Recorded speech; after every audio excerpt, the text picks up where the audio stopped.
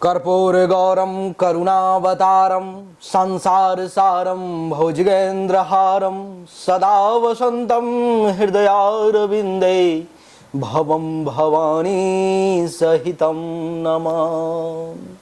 देवी और सज्जनों, आज के इस वीडियो में मकर राशि के बारे में बताने जा रहा हूं कि 25 अगस्त तक जीवन का सबसे बड़ा बदलाव क्या क्या होने जा रहा है, क्या क्या विशेष फल आपको मिलेगा। इस सावन क्या है भोले आपके साथ, अथवा शुक्र देवता आपको देंगे कुछ विपरीत फल।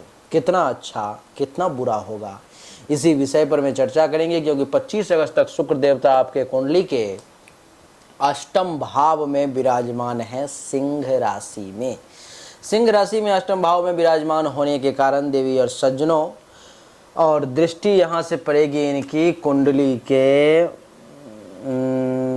दूसरे भाव पर में। सप्तम दृष्टि, पूर्ण दृष्टि होती है शुक्र की, सातवीं जो पड़ेगी दूसरे भाव पर में, जिसके कारण से पहले दृष्टि के फल को ही समझ लेते हैं, उसके बाद यहाँ बैठने के फल को समझने का प्रयास करेंगे।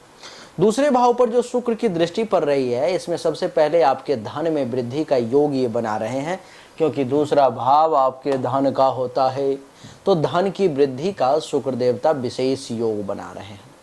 आपको धनवान बनाने का प्रयास करेंगे, धन से संबंधित सुख देने की कोशिश करेंगे। आपको जो जो चीज़ें धन से अर्जित की जा सकती है, उसमें से बहुत कुछ का शौक आपको होगा, तो उसको पूरा करवाने की कोशिश करेंगे शुक्र देवता। देवी और सज्जनों, इतना ही नहीं, कुंडली के दूसरे भाव पर में दृष्टि पड़ने के कारण ये दूसरा भाव आपके कुटुंब का भी होता है, परिवार का। तो परिवार के लोगों से भी आपको अच्छा खासा लाभ मिलेगा। परिवार के लोगों से भी आपको कैसे बेनिफिट हो, परिवार के लोग कैसे जो है सो आपको ज़्यादा से ज़्यादा मान सम्मान लाभ दें, ये शुक्र की कोशिश रहेगी। यानी कि शुक्र आपको फायदे में ले जाने का प्रयास करेंगे देवी और सज्जनों।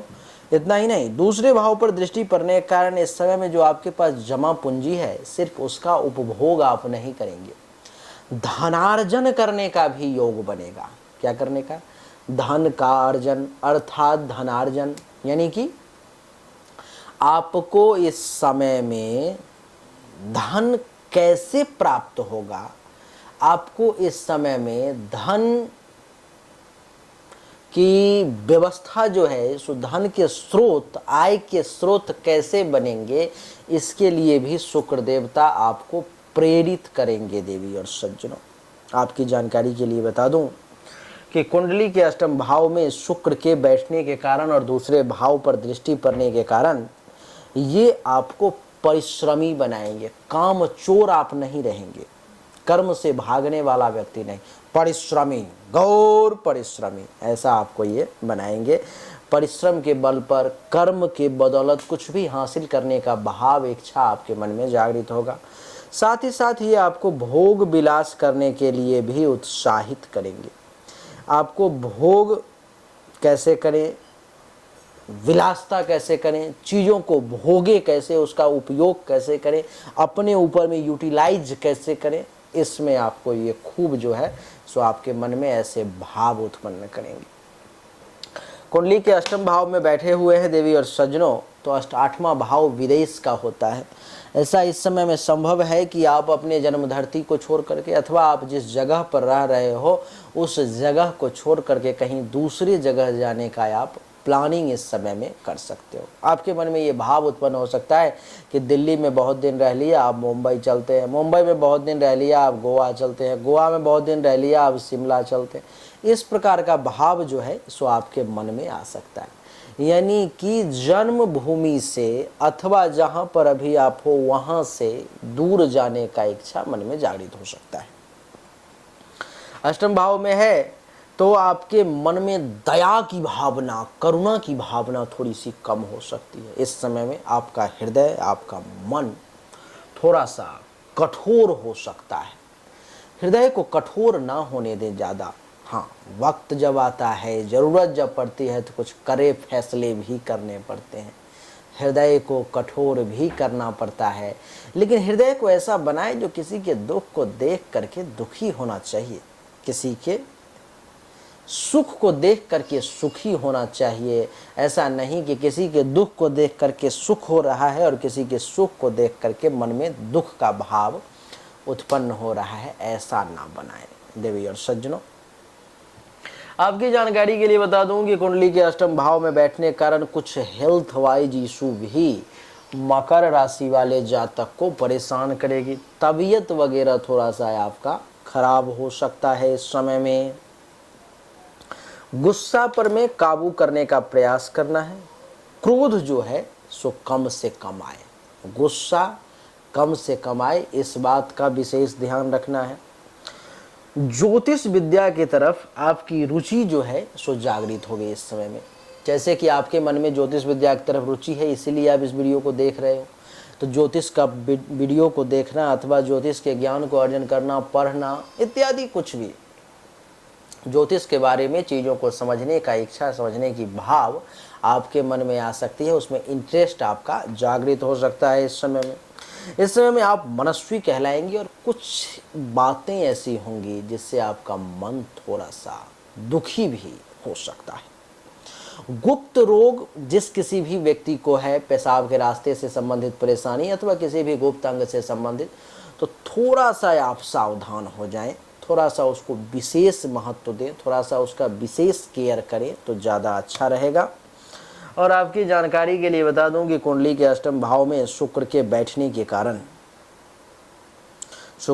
के कारण पर्यटनशील स्वभाव रहेगा। घूमने टहलने में बड़ा मजा आएगा, घूमने टहलने का भाव मन में जागृत होगा।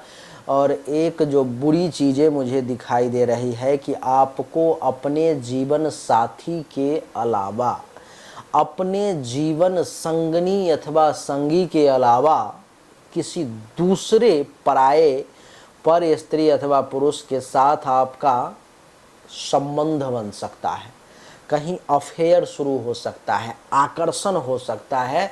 तो उस पर में काबू करने का प्रयास करें, क्योंकि चरित्र जो है सबसे बड़ा धन है, उसको बचाने की कोशिश करें देवी और सज्जनों।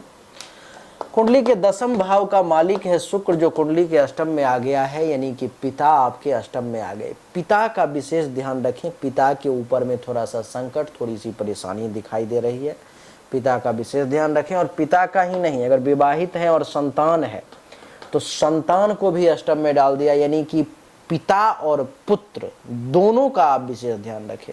यानी कि आपके पिता और आपका संतान, पुत्र हो पुत्री हो कोई भी हो, उसका विशेष ध्यान देने की जरूरत है, क्योंकि उनके साथ कुछ अनहोनी, कुछ गलत घटनाएं घटित होने के योग दिखाई दे रहे हैं। उनके साथ स्थिति परिस्थिति कुछ विपरीत हो सकती है, ऐसी शुक्रदेव इशारा कर रहे हैं।